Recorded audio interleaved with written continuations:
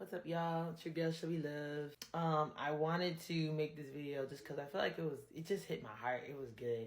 I just felt like it was something good to talk about. I was watching this video actually about a kid who's was graduating from high school, and he invited his friend, all of his classmates paid for a plane to fly his parents out from Jamaica to come and watch him play.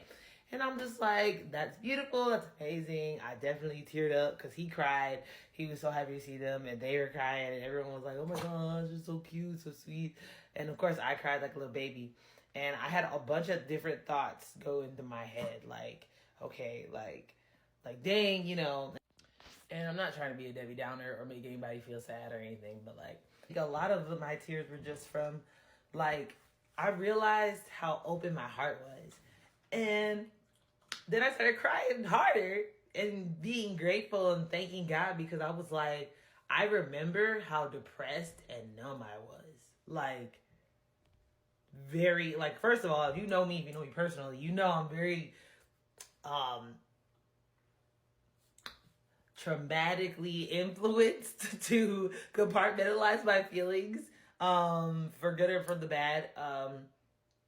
And so it's very easy to just kind of turn them off for me if I have to for a short amount of time and just laser focus to whatever I'm doing, and then deal with them later.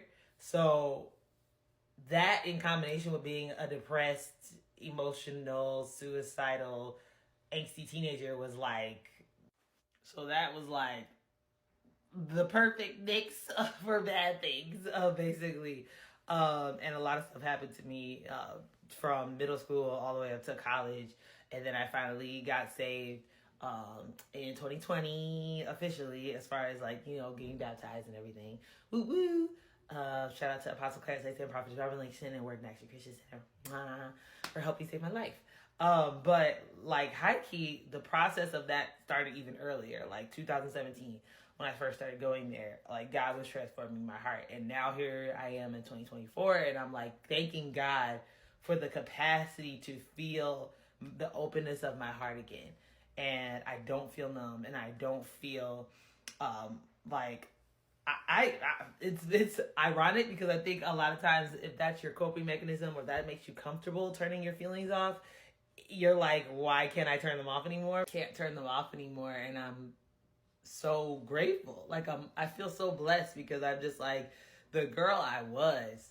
Ooh, the girl I was, and I was just really out of touch with myself, and I just was out of touch with the value of family. And I think that's what I was crying and saying thank you to God for, because I could have, stayed like that and then grew up old and crusty dusty and been on my deathbed and been like, I love you all. And then they, and something spiritually let you know. I feel like there is a knowingness and clarity that God gives you on your last days of like, where everybody's at, like where everything spiritually is at in your family and in the people you love. And how terrible would it have been to have gotten to that point and realized that nobody around me thought I loved them because I was so out of touch with my feelings.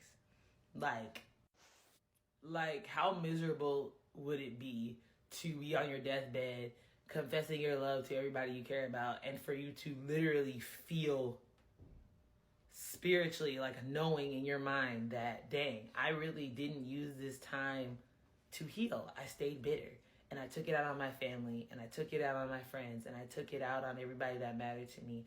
And here I am on my deathbed, and they're standing right there, and they're kind of looking at me like, well, I'm a misser, but like, I really wanted our relationship to be better. You know what I'm saying? Like, I was crying tears of joy because I'm like, ooh, God, thank you for saving me from myself, saving me from what I thought was protecting me.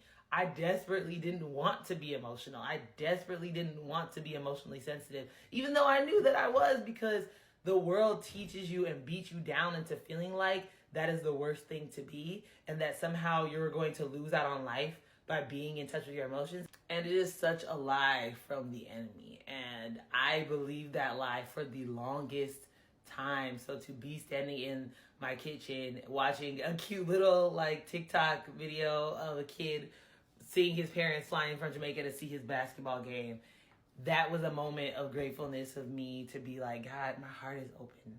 I'm back to that hopeful, loving, childlike, open heart that I was born with. Like, I feel, I don't have to hide my feelings. I don't have to retract. I don't have to retreat. But at the same time, because I also saw a post earlier this morning that was like learning to not be as reactive as maturity. It's so interesting how God will open your heart to the right things and close your heart off to the wrong things. So when people try to attack me and come after me, I'm way slower to respond now. But when something beautiful and emotional happens, like that, I can cry with empathy and joy in my heart and feel good about that little release of emotion and not feel tormented by it and not feel weakened by it and not feel dumb or like somebody's gonna pop out of the corner and be like, girl, you sensitive. Like, and I got a filter on my face because I feel like I look really sleepy. But yes, literally. But like, I'm like, this is good. This is great. I am happy and grateful that God saved my heart. And literally, it makes me think of that song. I just heard it. It was on Maverick City. It's in their new album. But literally, he was like, God, thank you for saving my heart. Like, thank you for keeping my heart. Thank you for saving me from myself. Like, man, y'all. God is just that one. Yeah, so if I can tell you anything, God is that one, and y'all need to see for yourself because it was only like a 5-second cry, like nothing crazy, nothing deep, but low key deep, and I'm high key grateful, and I just felt like I need to share that with y'all. So